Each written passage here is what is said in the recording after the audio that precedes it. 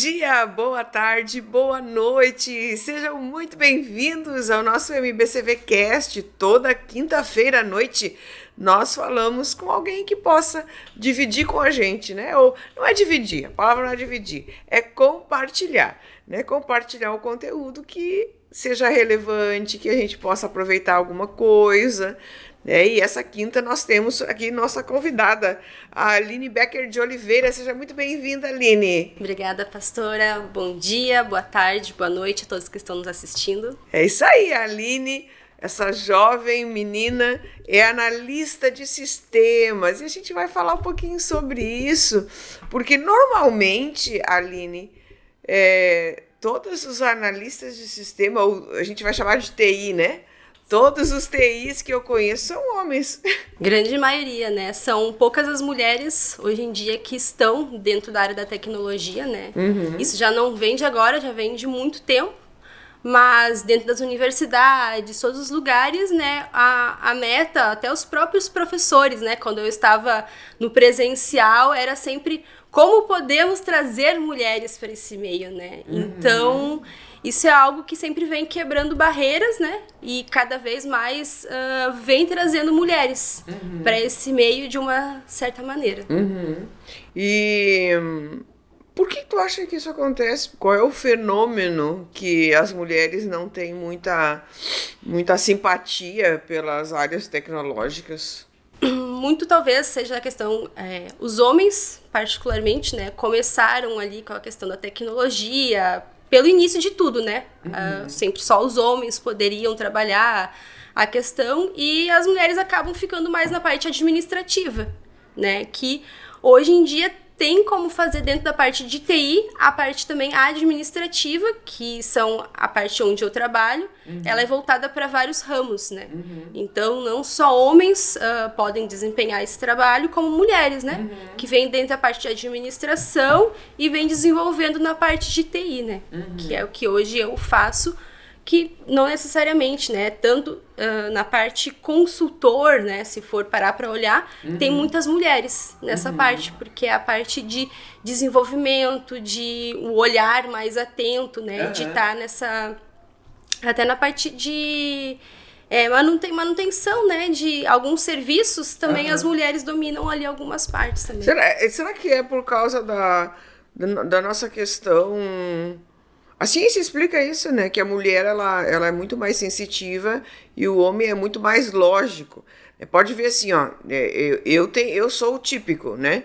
Eu pego, se eu estacionar num posto para comer alguma coisa durante uma viagem, quando eu saio, eu já não sei de que lado eu vim, para que lado eu vou.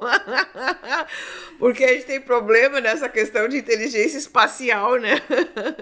E o homem, ele é muito mais lógico, ele é muito mais, nessa área também de inteligência espacial, muito mais assertivo. Tu acha que tem a ver com isso? Olha, pode ser, né?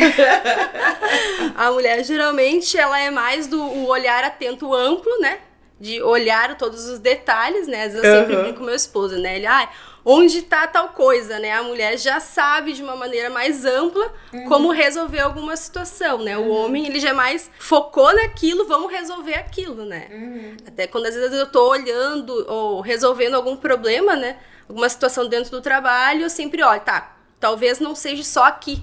Vamos olhar mais amplo, né? Sai um pouquinho da caixa, que é isso que a mulher também desempenha muito bem dentro dessa área, né? É o sair um pouquinho da caixa, como a gente pode resolver isso de uma maneira mais ampla, sem focar ali naquele trilho, né? Que é geralmente o que os homens acabam desempenhando e fazendo muito bem, né? Mas é aquilo ali, entrou naquela linha e foi, né? A mulher, ela já é mais ampla, consegue ter esse cuidado, esse olhar mais atento também. Além de ser analista de sistema, né? Ela também é esposa de pastor e trabalha aqui com ele, né? Juntamente com o pastor Gabriel no Ministério Jovem do Ministério Batista Cristo e a Vida aqui da sede também, né? Mas falando agora um pouquinho sobre tecnologia, a gente está vivendo um tempo, né, Aline, de explosão tecnológica. Todo dia tem uma coisa nova. Todo dia aparece uma coisa que a gente nunca imaginou que isso aconteceria. Quem é mais velho, tem mais de 50, que nem eu, a gente tinha antigamente um desenho animado que era dos Jetsons. E eles só traziam as coisas futuristas, que a gente olhava aquilo e dizia assim, meu Deus, isso nunca vai acontecer na vida. E hoje a gente já tem algumas coisas que na época, né, então há 50 anos atrás o cara já pensava sobre isso, né? Então a gente está vivendo hoje esse tempo de tecnologia, de explosão de tecnologia. E uma das coisas que eu vejo, e aí não falando só de homem ou de mulher, né, que existe uma falta de profissionais da tecnologia. Isso é real ou é uma impressão que eu tenho? Real. É? Real. Tanto que dentro da parte onde eu trabalho, né, eu sou consultora SAP, né, resumindo um pouquinho mais do que eu faço hoje em dia, né, não é só mexer no computador, arrumar, né, todo mundo chama o TI, né, vai arrumar minha impressora, né, não é só isso, né, não é todos que desenvolvem todas essas funções ou programar. Então existe uma ramificação dentro da área de tecnologia, onde a pessoa pode atuar em muitas áreas diferentes. Depois que tu der essa resposta, eu queria que tu falasse um pouquinho sobre como que se forma esse profissional, para que a nossa audiência, que talvez a gente tenha muitos jovens que não têm esse desejo, né? E eu gostaria que tivesse mesmo, né? Para a gente incentivar as pessoas a estudar tecnologia. Como é que funciona essa formação? Mas só completa essa tua linha ali. Então, dentro da área de SAP, né? Que é uma das áreas que estão crescendo muito dentro da área da tecnologia. Então, o que é a ECP? SAP. É um sistema de gestão para pequenas, médias e grandes empresas, né?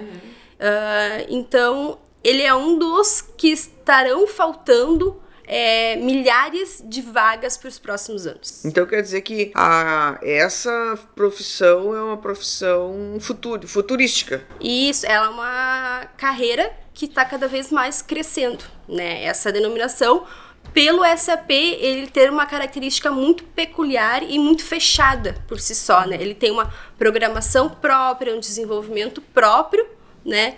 Então, ele precisa de profissionais mais dedicados para essa área, né? Por mais que você pode ser um programador, mas um programador que aprendeu na faculdade não vai ser o mesmo programador que ele vai programar esse sistema SAP. Ele vai ter algumas funções a mais.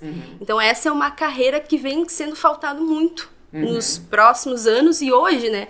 Quando a gente vai procurar um profissional, é muito difícil de a gente achar algum especialista, alguém que tenha alguma noção ou que queira aprender. Tu trabalha numa empresa totalmente tecnológica. Quantos profissionais tu tem dessa área lá? Dentro da minha empresa, hoje a gente é uma empresa mais pequena, né? Então, ela deve ter umas 20 pessoas trabalhando. Só nisso? Isso, tanto na parte part-time como full-time, né? Prestando serviços, no caso, né? A gente presta serviços para outros clientes. Então, eu vou atender, não posso falar assim o nome de todas, né? Mas já atendi Gerdau no passado, né? Em outras empresas, Boticário, Arezzo, né? Então a gente presta serviços específicos para essas empresas, para dentro da área de SAP a gente poder trazer melhores desenvolvimentos, como eles trabalhar de forma mais rápida, né? Tanto na emissão de nota fiscal ou algum sistema de manutenção, controle de estoque. Então, por isso são várias áreas, não é só o programar. Você pode, de diversas maneiras, conseguir evoluir dentro da área de tecnologia também. Daí, como é que esse profissional ele pode se formar? Quanto tempo ele tem que estudar? Qual é a carreira que ele precisa escolher? Quais são as pós que ele poderia fazer? Existem daí várias áreas e ramificações, né? Dentro da área da tecnologia existe uma ramificação muito grande. Você pode começar... Eu comecei com um técnico, né? Eu... Desde meus 11, 12 anos, né, quando eu vi um computador pela primeira vez, eu disse, é com isso que eu quero trabalhar. Eu não sabia o que era, mas eu vi a primeira vez e disse, é isso que eu quero fazer, não sei como, mas eu quero, né.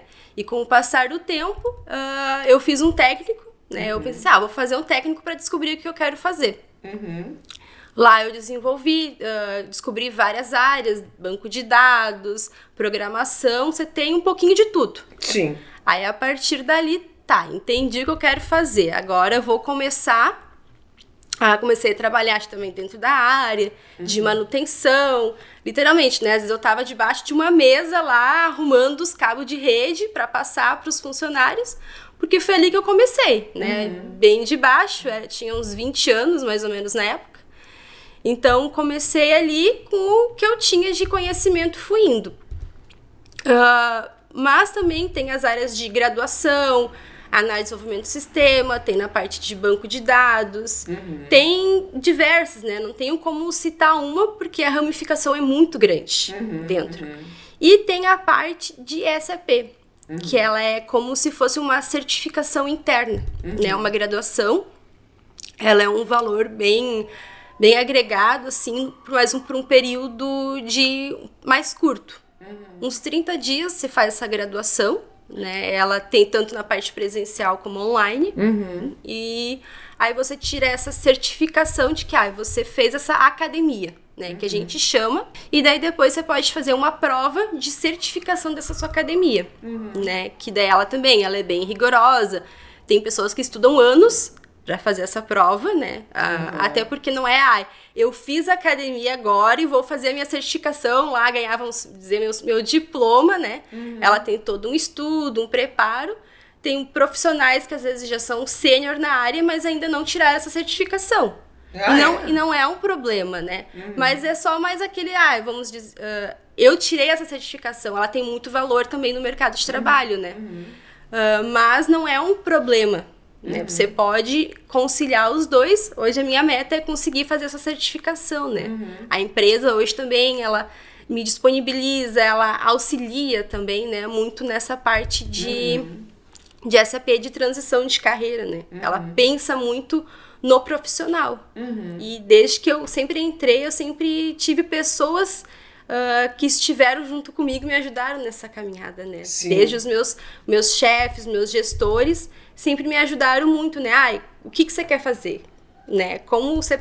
quem sabe faz assim.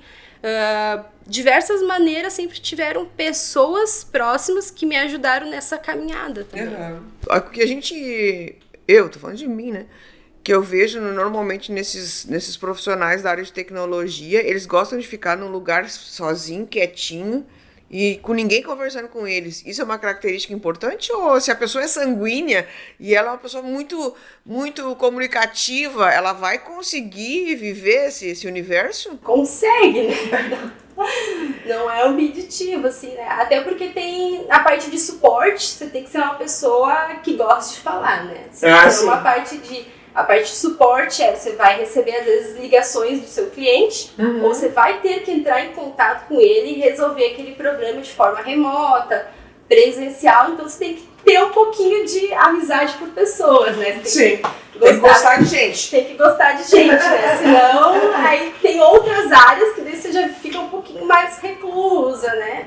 Então, tem para todos os lados. Não é uma obrigação, assim, você tem que ser mais fechado, né? Tem várias...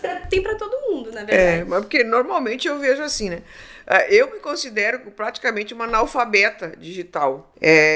Diante de tudo que tem aí, né? Eu me considero assim, olha, eu gostaria de ter muito mais recurso, de saber muito mais coisa, mas claro, eu tô numa outra área, né?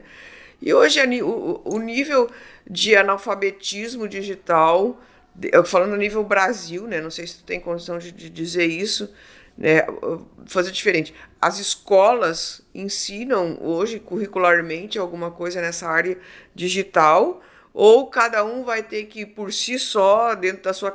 Falando dos analfabetos digitais, né? Ter uma capacidade, através da capacidade que tem interpretativa, buscar conhecimento nessa área. Pro básico, tá falando pro básico, né? Como já faz alguns anos já que eu saí da parte da escola, então não consigo dizer de uma parte tão ampla dentro da rede municipal e estadual, que foi onde eu me formei. Na época não tinha. Isso, dentro dessa época não tinha, no máximo era um laboratório que era extremamente restrito e era mais por um desejo, né? Eu tinha outros colegas meus na minha área de ensino médio também, que também se formaram e seguiram essa área de tecnologia, de graduação, programação, né? Mas, né, vai variar muito. Uma escola particular, às vezes, vai ter mais acesso a tecnologias, a computadores, mas a questão tecnológica, de programação, de desenvolver esse olhar mais atento para os alunos, eu acredito que ainda não tenha. Não a nível de profissional. Só o básico mesmo, que é entrar nas redes sociais, escrever um e-mail. Mas hoje, olha, mesmo... Claro, eu ouvi uma frase, eu li uma frase, não lembro se foi antes de ontem, que disse assim, ó, você já se deu conta que você é a última geração que não teve acesso à área digital? Porque, na verdade, a minha geração não se criou diante de um computador. Nós nos criamos na rua, jogando futebol, andando de bicicleta, subindo em árvore. Essa foi a nossa infância, né? Então, a próxima geração agora, os que estão aí fazendo 20, 30 anos, eles já acordaram na frente de um computador, né? Então, a acessibilidade é muito maior. Essa capacidade, né, interpretativa deles é muito maior. Hoje você pega um bebê e ele já começa a mexer no celular, como se ele soubesse, né? Então, hoje nós estamos vivendo uma outra geração. E essa geração que não teve a sua infância diante do computador, eu particularmente, eu acho essa geração mais forte. A que não teve o acesso à tecnologia. Porque os que não tiveram acesso à tecnologia, eles tiveram que se empenhar muito mais, né? Eles tiveram que procurar virar noites, às vezes dentro de bibliotecas. Hoje você vai falar o que é uma biblioteca para um aluno. Muitos não vão conhecer que é uma biblioteca com livros, estantes, né? Eu passei grande parte da minha infância do ensino fundamental dentro de uma biblioteca. Eu gostava muito, né? Então, a minha professora que ficava lá na biblioteca, todo dia de manhã eu ia lá para algumas horas para ler um livro, fazer um trabalho e daí de tarde eu ainda estudar. Eu gostava disso, eu tinha esse desejo. Sim. Hoje em dia as crianças já nascem com um telefone na mão. É uma geração um pouquinho diferente. A gente brinca, né? A geração tutorial. Né? Tudo, vamos fazer um tutorial, vamos fazer um vídeo para essa geração, para eles saberem como fazem. Eles não vão lá, como se pega um copo. Ele vai lá no YouTube, lá como é que se pega um copo e vai fazer. De uma forma, né, bem diferente. Mas é uma geração que não está acostumada a fazer, a ir atrás. Né? Diferente, eu posso me encaixar também nessa, né?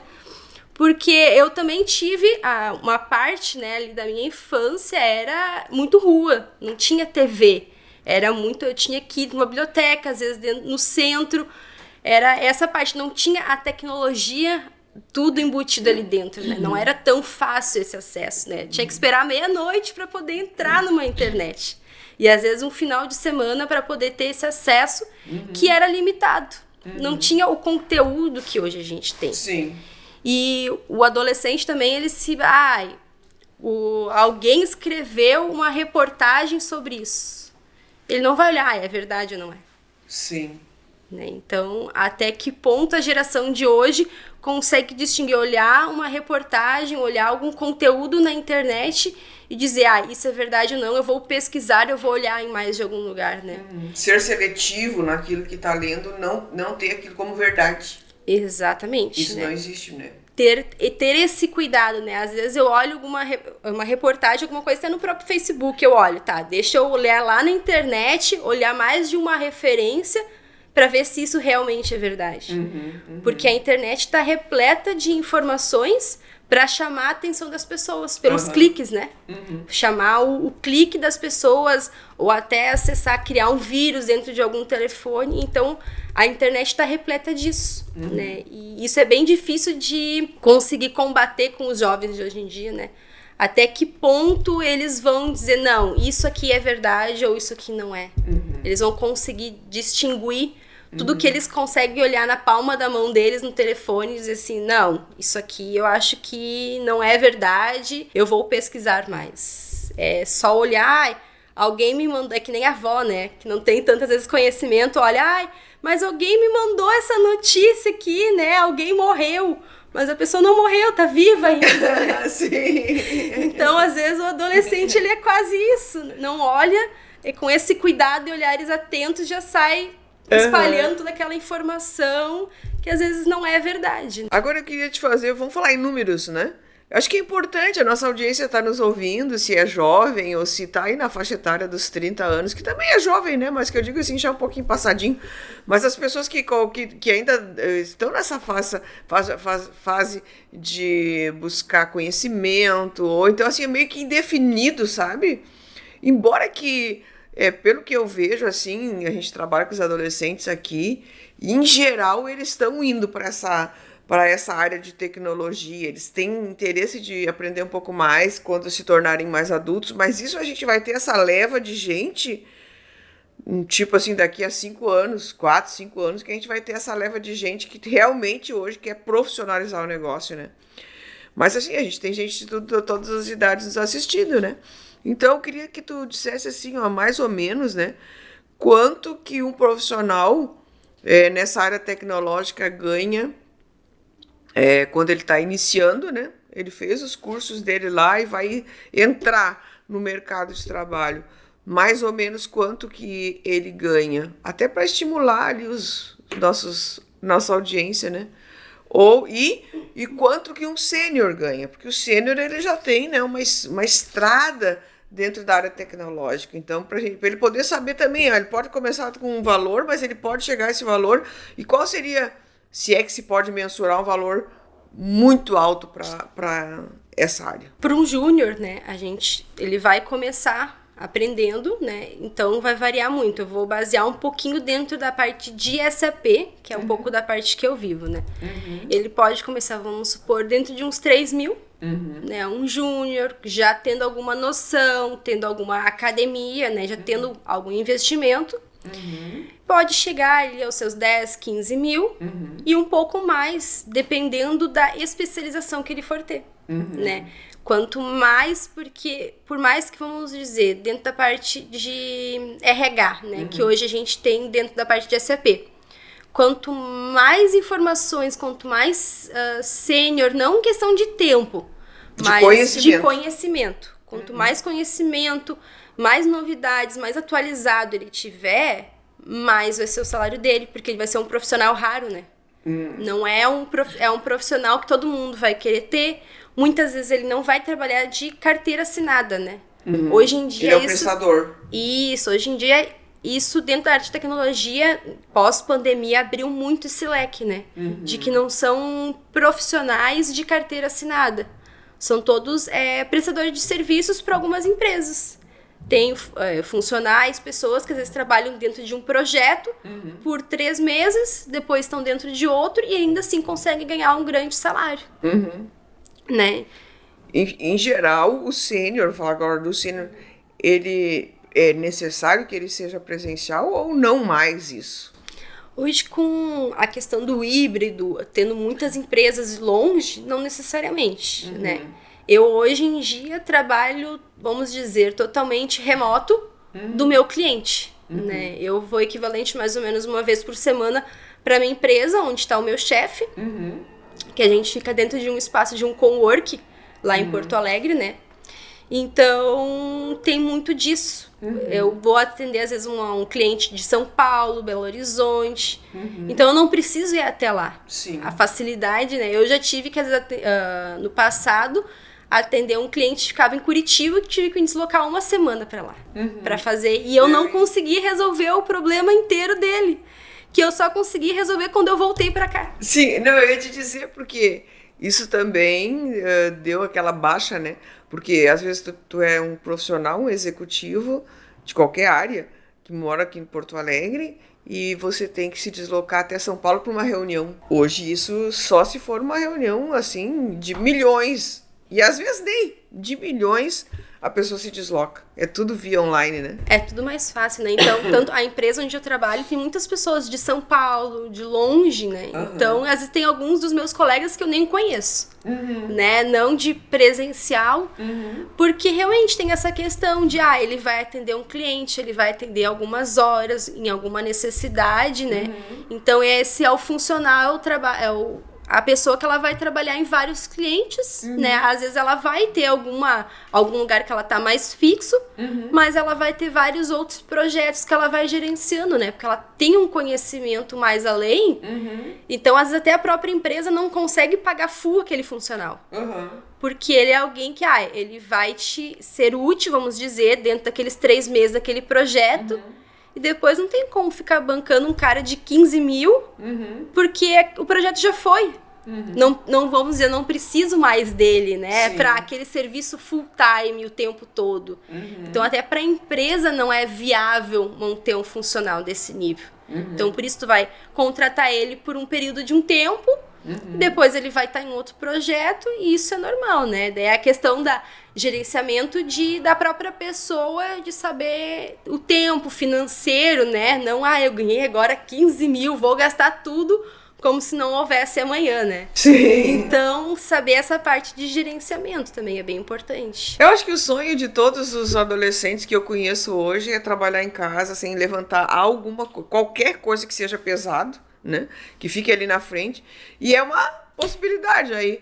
Eu conheço pessoas também, Aline, que moram nos Estados Unidos e que gerenciam, por exemplo, toda a América Latina. Sim. Tudo via online, né? Tem amigos que hoje ganham salários astronômicos fazendo esse tipo de trabalho, não só entre estados, mas também entre nações, né? Sim, inclusive, né, um dos clientes que eu já atendi também, eu tinha que atender ele nas três línguas, né? No português, inglês e espanhol, né? A gente arranhava ali, mandava uns e-mails ali, mas dentro da parte do suporte a gente tinha que atender, né? Só que eu era CLT na época, então eu atendia em todos os idiomas, né? Precisava, a empresa era multinacional, precisava de alguém, não tinha como ter uma empresa atendendo em cada língua, então, para otimizar melhor, a gente atendia todos os idiomas, atendia todo mundo, e tava tudo certo, né? É tu saber se preparar para os momentos certos. Eu ia dizer, então não adianta só saber tecnologia, tem que saber falar línguas também. Idiomas também, né? O inglês hoje em dia vem crescendo muito, Portugal também, né? As pessoas, tem até um grupo da minha faculdade que o pessoal vem falando hoje em dia muito em Portugal. Como ir para Portugal, ganha bem em Portugal, vale a pena ir para Portugal, ou atender daqui e prestar algum serviço, né? As pessoas vêm migrando muito sobre o euro também, né? Então, ter essas jogadas. Vai ter algum momento que os Estados Unidos vai ser, né, a tendência, vai ser o momento, outra hora outro país, né? Então você está sempre atento aonde melhor vai atender, onde está necessitado. É, né? O mercado volátil. Isso, exatamente. Então tá, gente, olha aí, chegamos ao fim do nosso programa, foi muito produtivo, muito legal. Se você gosta da área de tecnologia, tá aí a dica. E nós vamos encerrar o programa então com a Aline dando incentivo para quem quer estudar. Fala aí, Aline, para quem está ainda na dúvida sobre isso. Com certeza, né? É um mercado que hoje em dia está em muito falta. Então, né, conheça um pouquinho mais, pesquise mais informações, né? Os técnicos hoje em dia, eles são uma ótima formação para você que quer descobrir o que você quer de carreira, às vezes até uma transição, cursos online, hoje tem muitos gratuitos para você descobrir, né, o que você quer da carreira, para a vida também, né? Então não perca uma oportunidade nessa, né? E não tem idade, né? Você pode ter 15 anos e começar a programar, ou você ter 30 e começar 30, 40 e descobrir essa área também, que é maravilhosa. Ah, que legal. Então aí, gente, curte, né? Curte, dá um like aí pra gente, se inscreve no nosso canal e vamos que vamos, né? Vamos povoar nessas empresas de pessoas tecnológicas. Até a próxima. Tchau.